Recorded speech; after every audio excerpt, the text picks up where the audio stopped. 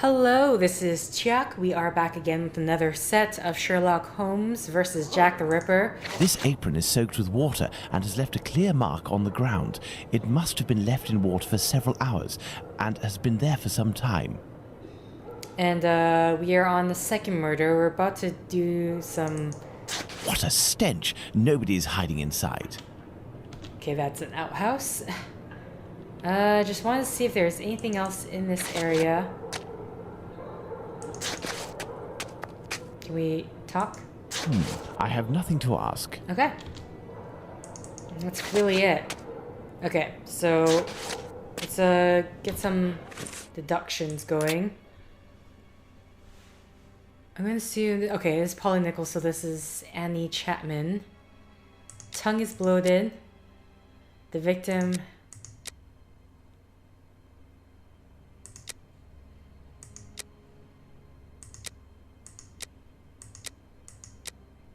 Okay, let's put everything down here. Neither footsteps nor streaks of blood on the ground. So... the killer blurred the traces? What? Okay, the blood on the fence is a dozen inches off to the ground. Some blood spurts on the walls near the stairs.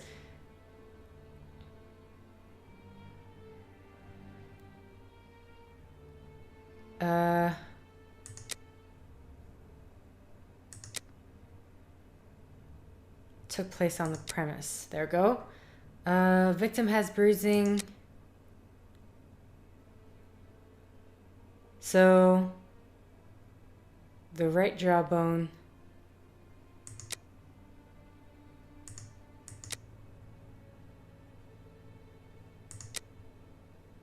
Left-handed.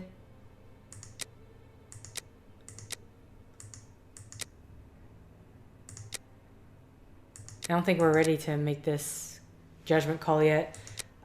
Strangled.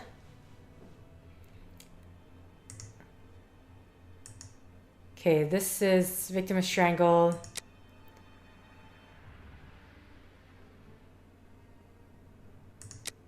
Okay. Envelope in the victim's hand.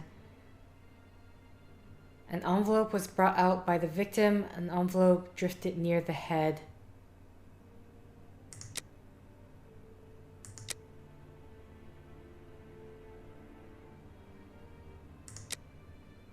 Its envelope belongs to Chapman's killer. Not the right.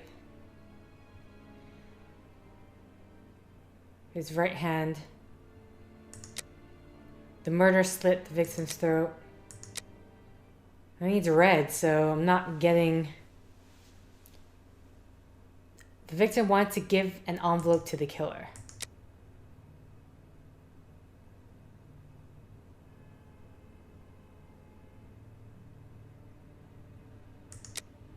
Okay, I don't know about that one.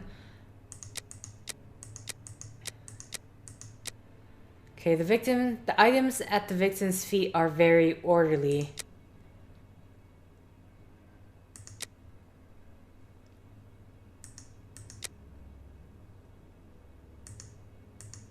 Okay, what? Chapman possesses, struggled greatly. There we go. Chapman's murder likes Combs. Unfeeling and organized. The body is cold at the extremities and rigor mortis has barely started.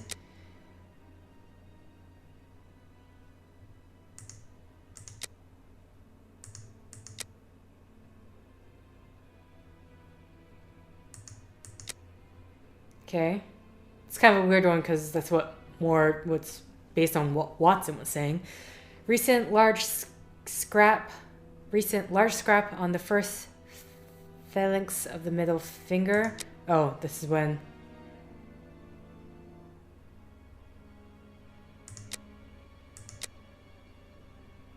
Chapman's murder is a weak man. Okay. Now it'll reorganize it as such. Okay. Organs are missing. The uterus was removed by hands of an expert. Chapman's killer used a weapon of great size. Chapman's killer didn't use a weapon. Chapman's uterus was ripped out. What's this one? There's incisions the right to the left going around the neck. There's incision on the neck from the right side stopping in the middle of the throat. The wound around the neck is jerky and not at all in one piece. Okay, so she was...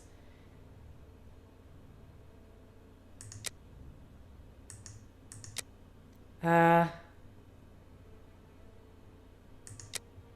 don't know about...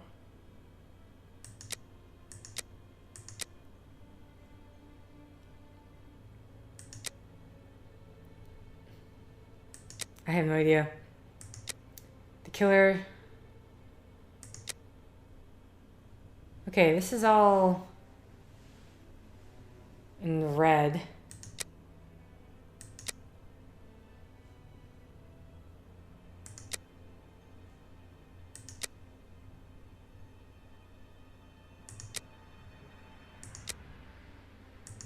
Is there more that I need?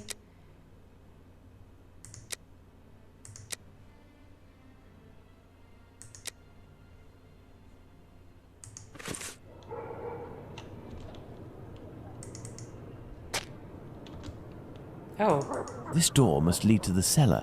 The latch has been recently repaired. Okay, that's it.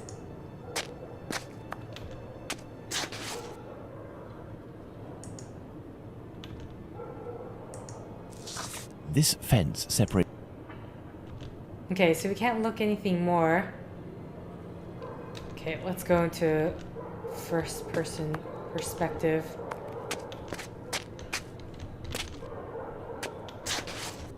Hey, Watson. My dear Watson, now that we have found all of our clues, nothing remains but to subject them to our most likely hypotheses in order to deduce the facts. Okay. It's going to go upstairs again.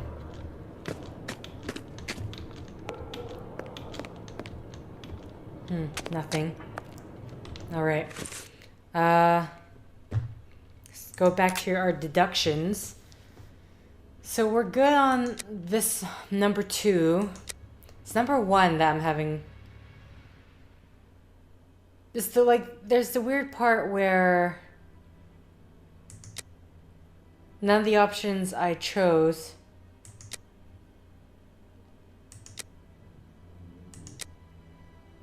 because technically it's supposed to turn green.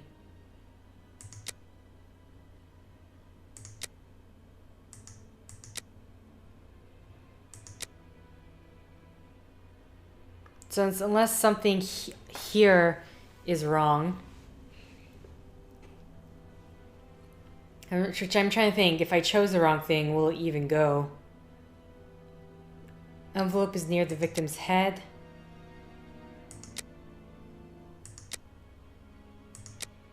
Okay, yeah, so something in here is wrong. Okay, this is how. So... let's see. Well, this has to be correct because these two are right. So it's either of these. The victim has bruises under the right jawbone and beneath the left cheek.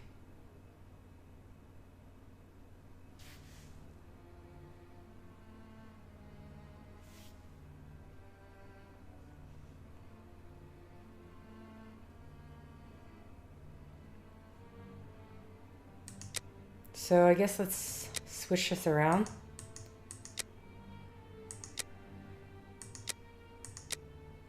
Okay, there we go. Okay, so this really all hinges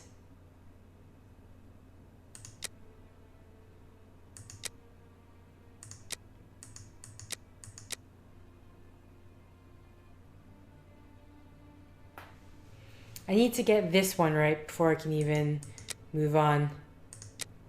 Well, that doesn't...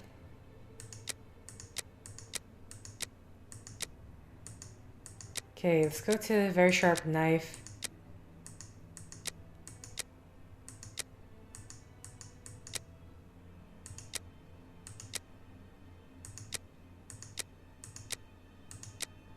None of those are going. Chapman's killer had a knowledge of anatomy. What's the other ones? Lost the uterus. I wouldn't say there's fury with this. Too much precision. Chapman's uterus was removed and taken.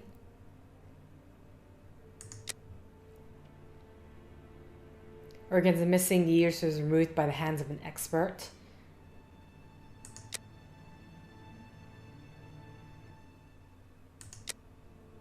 Okay, so that was the killer used a weapon of great size, which I'm not quite sure how we're supposed to get that. So there we go. I hear a noise coming from the street, Watson. The authorities are arriving. It's time for us to go.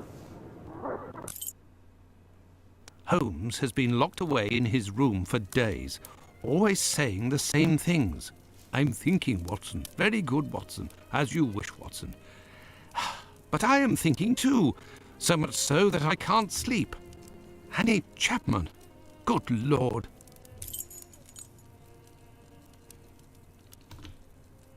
Okay, just seeing what, is there anything else besides those?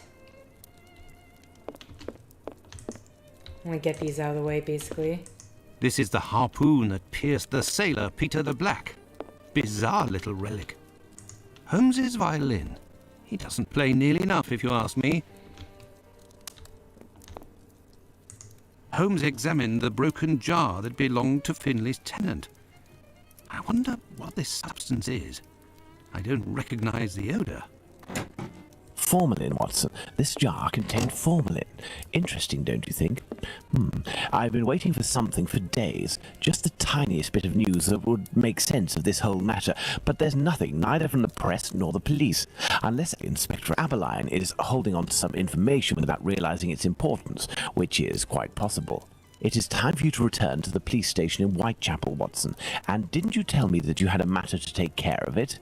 Take advantage of it to learn more about this pill and its contents. Ah, but Holmes, it's late, and spending another night in this district is hardly my idea of entertainment. I know, Doctor, but we don't have any choice. Time is against us. Take your pistol in case you run into any troublesome characters. Fine, as you wish, Holmes. Okay. How long has it been since we made this deal? Okay, well, let's head to the cobbler's first. Wait, is this place even going to be open? Yes. Hello! Good evening, Mr. Solomonovich. Good evening, Doctor. What a pleasure to see you again. Have you finished converting the harnesses? Yes, just now. I got a little behind because of all the commotion. Okay, so never mind. It would have taken time anyway. Commotion? Don't you start. 3 days ago, the very afternoon that you passed by, there was a chase throughout the neighborhood. Hundreds of people were chasing one man, claiming he was responsible for the murders these last few days. Schmonz! It was awful. I hope those maniacs didn't catch him. Better the police should. Tell me, did John Pizer turn himself in to the police? Things unfolded as they should. Look in the newspaper, the Daily News from today. Farewell, Isaac. Goodbye, Doctor. Okay. Oh, I was wondering, it's like, where are we going to get this newspaper? The Whitechapel murders. There is good reason why, without prejudice, to the case of the man who is now in custody, the public acceptance of the maniacal theory should be endorsed and encouraged. There is positive danger in the growth of any other opinion at present in Whitechapel. As we have said, the mutilation of bodies, excepting in rare cases to further the murderer's chance of safety, is foreign to the English style in crime. There is a disposition at once, therefore, to set down such atrocities to the credit of some ill-bred and ill-nourished foreigner from the lowest dens of vice in Europe. So, in Whitechapel, there was arising a murmur of ugly foreboding for some of the foreign elements there. Sheer rumors of the silliest kind was beginning to take an odious precision, and there was arising in the East End a Judenhills more abhorrent than that which abroad is due to religious fanaticism. To hate the Jew for his religion, to call him misbeliever, cutthroat dog, and spit upon his Jewish gabardine, even metaphorically, is bad enough, but to call him leather apron, and to imply thereby his readiness to murder women and practice anatomy with his knife upon them, is the refinement of cruelty. There was a reason to fear till yesterday that the tendency towards thus insulting the Jews of Whitechapel was growing amid the embarrassing perplexity as to the origins of the murders. The police have discouraged this line of suspicion by acting momentarily upon it, and then proving by their release of the Jew whom they arrested that there was not a doubt of his innocence. Just want to make sure that my scroll wheel didn't go too far. For the happy result, we may look lightly upon the apparent ludicrous error of this arrest. Pizer, the man arrested, was found sitting quietly at home, totally undisturbed by any panic or bloodthirsty demand for that mythical personage, Leather Apron. He is said to be a poor sickly man whom it was not possible to associate with the assassin now so eagerly wanted, and the reporters seem to have found what the police might easily also have learned, that he had not left his house since Thursday last. Pizer, however, will probably not regret his short detention if it has finally put a stop to these anti-Jewish suspicions. The inquest on the body of Annie Chapman was opened yesterday, but without throwing any new light on the murder. As a result of the investigation of the police into the circumstances attending the murder of Annie Chapman at Whitechapel, several men were arrested yesterday on suspicion. The arrests were considered to be of most importance were those of a Polish Jew named Pizer near the scene of the crime, and of a man named Piggott at Gravesend. Pizer was released last evening, but Piggott, being considered to be insane, is to be detained under observation. Okay.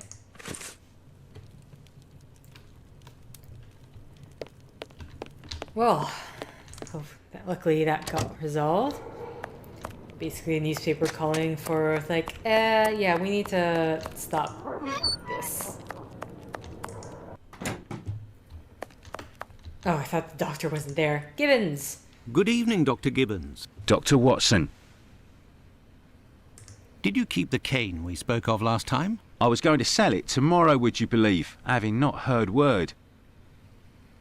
Do you have any formalin here? No, definitely not. They have it in university hospitals to conserve anatomical specimens in jars. But in a little clinic like mine, we don't keep anything but bad memories. Okay, so... Well, farewell, Doctor. Goodbye, Dr. Watson. I must retrieve Sickert's cane at all costs. No. Okay, here we go.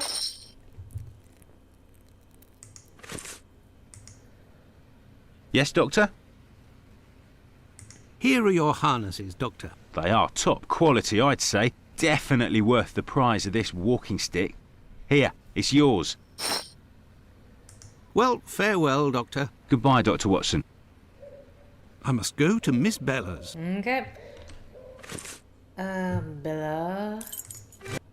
Bella's brothel.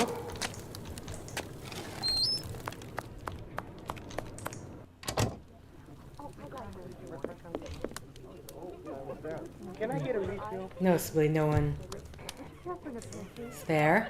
Good evening, ma'am. Your door was open. Isn't that a little dangerous? Hello, Doctor. Don't worry if the looks of anyone who enters doesn't please me. Me and my pistol know how to convince them to leave. Do you happen to know Annie Chapman, the poor woman who was killed 3 days ago? Dark Annie? Like all the drifters in the area, I've seen her once or twice. With respect to the dead, Annie really was the bottom of the barrel. What do you mean? Well, in our profession, the pretty young ones go out when night has barely fallen and don't have a problem finding takers. But poor girls like Annie or Polly Nichols, who aren't as tender and are often sick, sometimes trudge around for a whole night in the cold and the rain before landing a client. And that doesn't help their appearances either. They don't have much choice about paying for a bed for a few hours, a glass of gin or a hot meal. How terribly sad. That's the price of survival in Whitechapel, my angel. One of my girls knew Annie for some time. They bought some jewellery on the black market, I think. Jewellery? How could Annie Chapman have possibly afforded jewellery? Luxuries for a woman are always relative to her condition, Doctor. As a matter of fact, it was real cheap junk. Annie got 3 assorted brass rings, I think. It's been said I have a memory for jewellery. Okay. How is Lucy keeping? She's doing well, Doctor, but believe me, it won't last. Rare are the girls who can build a future in our profession. I keep forgetting that I need to, like... Very well, I shall let you get back to work, Ma. See you soon, my love. I need to, like, go to my inventory, click on the item, and then go back to talk to her. You're still there, Doctor? Which is a really awkward system, but... I found the cane that was stolen from your client. Here it is. Doctor, you are a real saint, I can see that. I'll finally be able to present my bill to this damned painter. If by chance you see him, tell him that a little surprise awaits him here. You told me you would give me some information on this Dr. Tumblety. Agreed. He's a Canadian or an American. He parades from time to time through the neighbourhood in a 50-guinea suit and acts like a doctor. But for business, he isn't worth it. This damn Yankee hates women. The few times that he was approached by the girls, he spit on them, all the while hurling insults. It would seem that he was hunting for the bad boys. He's looking for trouble, that animal. Does he frequent any pub in particular? Aye, the Wasp's Nest on Burner Street, I think. A seedy spot even by our standards. Okay. Very well, I shall let you get back to work, Ma. See you soon, my love. All right. So... Here you go. Come on. The Wasp's Nest. This pub looks even more disreputable than the Golden Lion in Baker Street. Hey, that guy. Good evening, sir. Well, I know you. Why, we met at Miss Poolman's the other day. So you've come to slum it in Whitechapel, eh? Do you know Dr. Tumblety, a Canadian or American chap? Quite an extravagant dresser. Frequents this pub now and then. Are you intimate? No. What do you mean by that? Oh, nothing. Nothing at all. I just wanted to prove my discretion concerning this man, insomuch and so far as I know him. You wouldn't like it if one day the tables were turned and everyone was talking about why you were in the borough. Isn't that so? Okay. As it happens, I saw Miss Pullman recently. She told me that she couldn't wait to see you again. She said something about a surprise that is waiting for you at her establishment. Why, that is some of the best news I've heard, my friend. As thanks, I would like to let you in on a secret. The man that you were talking about, and whom I happen to know by sight, passed by and went through that little door that you see over there. Another man let him in. They weren't together for more than a few minutes, to be sure, eh? Okay, well... Well, I will continue my search. Ah, love. But what is this person trying to imply? This matter is beyond me. It's kind of obvious, but...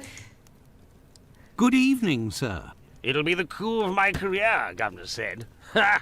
You'll make loads of doss of the paper, he said. You're a journalist? That's so. Tom Bulling at your service. The Whitechapel ferret, the wizard with the scoop. You don't appear to be in a state to write anything, my friend. You're mistaken. Whiskey passes through the blood and turns into ink. Simple. You see, mugs and inkwells are all the same. Don't you think you should settle your tab and go home? My red ink? Where's my red ink? I won't even pay half a halfpenny if they don't return my red ink. It's my blood you hear. Okay. Very well, I'll be on my way. Oi, what'll it be to drink, Gav? Greetings, my good man. Could I have a pint?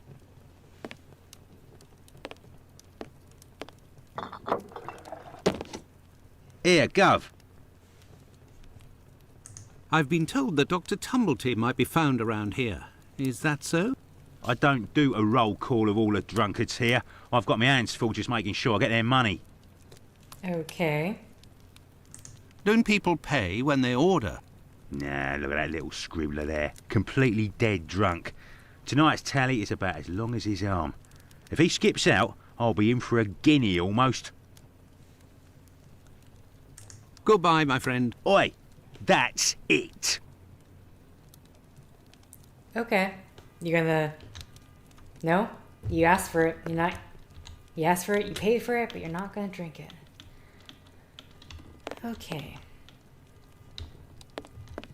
What's that?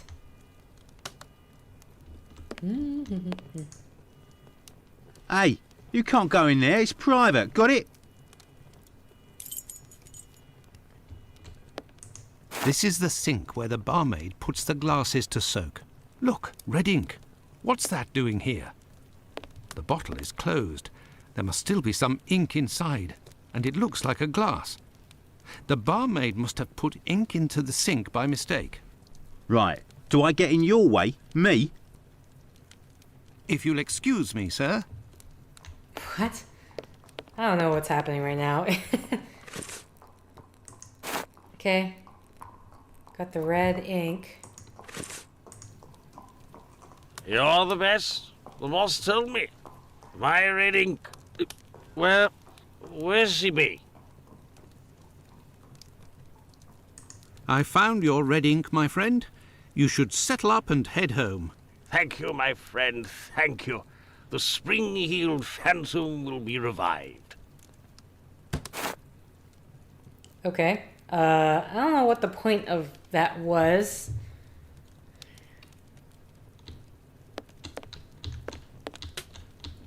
This one happened to be the journalist who wrote the From Hell letter.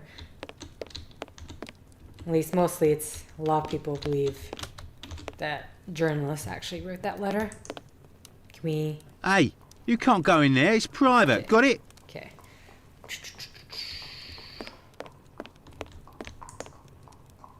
Gov? What's behind that locked door over there? Can I go in? Not likely. And let me be unless you're wanting a drink. Got it? Here you go. It's on the journalist, my friend. I owe you one. The next one is on me. What'll it be? Nothing, thanks. But I may need your help. Okay. Listen, my friend. I would like you to let me in the door over there. You're a bobby? A peeler? Absolutely not, my friend. I am a doctor. Fine. I owe you this at least. There's a bloke behind that door there. No pity Bluto. Let's just say he wants to lay low for a moment. So I don't think he'll be opening the door just now. Unless... Tell him you have word from Squibby. They'll open the door. But who can say what'll happen when the door closes? Goodbye, my friend. Oi! That's it! Okay. Let me in. I have news from Squibby. But stay calm. And who are you? Where's Squibby? He's out. To be honest, I don't actually know this Squibby chap. I was actually wondering if you knew Dr. Tumblety, a Canadian or American fellow. He came in... Sure we know him. Excellent. Can you... You know about gas? I'm afraid not. I am a doctor. Then I ain't interested. You can be leaving now. But if I find out who snitched to the peelers, I'll find you. Got it? But I can pay you for... Keep your coins for the paupers, or one of the gas boys who ain't afraid of nothing and knows how to hold his tongue. You bring him to me. I'll meet with you.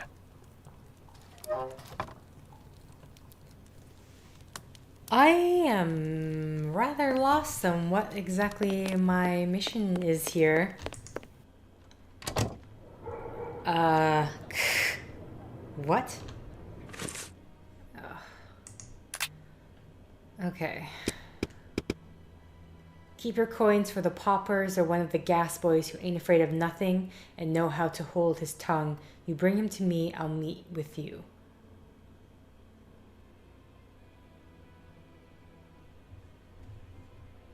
You know about gas? Right, okay. What the hell? I really don't know.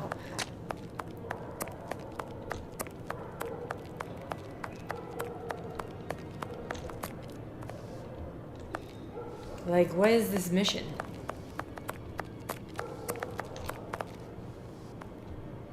Where's the...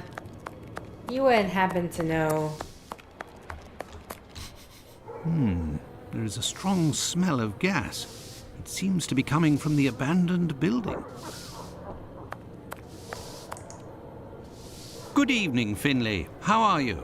Oh, good evening, Doctor. So. And you? It smells of gas here. You might say, Doctor, without wanting to speak ill of the force, I have to wonder if the police are up to something. What do you mean? Well, I was outside yesterday evening when the light went out at my place, and a gas smell came from the abandoned building across from my place. And a minute later, the police arrived and were snooping all around like it was them who hit the gas before arriving. Have things sorted themselves out with your strange tenant? Don't talk about it, Doctor. That man is truly bizarre. He goes to the most sordid locations once night falls. 3 days ago, my wife told me she saw him come in with blood-stained clothes and a fearsome look. Interesting. What does he look like, and how old is he? Oh, he's my age, give or take, so the other side of 50. He's always dressed in a striking manner, with an American hat. He's big, close to 5'11", I'd say. He has a strange voice, not just his accent, see, his voice. Okay. Very well. Goodbye for now, Finlay. Goodbye, Doctor. Now then, let's go to the police station. Okay. For a minute there, I was like, why aren't you letting me go? He's still in dialogue mode where you can't really... Oopsies. Almost crashed into that guy. Good evening. I hope I'm not disturbing you. Not at all, Doctor. This man, Mr. Richardson, is a witness to the horrid affair at 29 Hanbury Street, the murder of Annie Chapman. We are discussing the relevance of his testimony. Okay. You're probably not in a position to discuss it with me, but I would like to know more about what you call the relevance of this young man's testimony. Oh, there's no secrecy. It's simply that the testimony given by Mr. Richardson doesn't match the time of death given by the coroner, Dr. Phillips. What was the time of death, according to him? Before 4:30 in the morning. My conclusions were the same. Were there any other conflicting testimonies? Well, 2 other witnesses summoned at the preliminary inquest gave testimony, but in these cases too, the times don't match. Do you remember what it was they said? I didn't question them myself. A colleague of mine took down their statements on paper, but on deciding they were of little use, he tore them up and threw them in the bin. There's no point in being bogged down with useless paperwork. Okay. I will take my leave, Humphreys. Goodbye, Doctor. Okay. So I'm going to have a look over at the dialogue. What is the dialogue? And his notes. Makes sense? Okay, so... Good evening. Disturbing. This man, Mr. Richards, is a witness to the horrid affair at 29. Okay, so he's a witness. Probably not in a position to discuss it with me. More of what we call relevance of this young man's testimony. Oh, no secrecy. It's simply that the testimony given by Mr. Richardson doesn't match the time of death given by the coroner. My conclusions were the same. Were there any other conflicting testimonies? Well, 2 other witnesses summoned at the preliminary inquest gave testimony, but in these cases, the times don't match. Do you remember what they said? I didn't question them myself. A colleague of mine took down their statements on paper, but on deciding they were of little use, he tore them up and threw them in the bin. There's no point in being bogged down with useless paperwork. May I introduce myself? I'm Dr. Watson. I am... You wouldn't be the chap what writes the detective stories in that there paper? Well, yes, indeed, my stories have been published in the Strand. Go blimey, wanna tell me old mum? It would seem your testimony is the subject of some debate. Could you tell me what it was about? They'll be telling I'm a bit befuddled about the times that I told them. But it can't be so. I knows what I sees and what I don't sees that morning. What did you see, or what didn't you see? And at what time, would you say? I'll tell you this for nothing. It's me old mum who lives at the house where the body was found out back in the garden. She has her shop at the bottom to the right of the stairs. Her door was broken down not too far back because it's a real zoo it is. Right, the morning it happened, I head that way to see if me old mum has finally had the place broken into. It was 4:45 when I got there. That I'll swear on me dear old mum's life. I had a look round to see if the cellar had been taken. No. I had a little sit down on the stairs by the courtyard because me shoes were causing me no end of pain and I had a cut and all. I didn't seize a single thing below the steps, Doctor. Not one single thing. If there was some bird all covered in blood, tain't no how I could have missed that, even if it were night time. Right. 5 minutes after getting to number 29, I had to clip off. And now they tells me that either I can't tell time no more, or I was fixing me loafer next to a stiff that was still steaming. All right then. Evening, gents. Okay. Anything else of interest around here? So, threw away in the bin. We wouldn't be able to happen. I mean, there's quite a few things to do. I do need to end this at here though. So thank you for liking if you liked. Thank you for commenting if you commented. Thank you for subscribing if you subscribed. Thank you for favoriting if you favorited. Thank you for simply clicking on this video. Until next time, guys. See ya!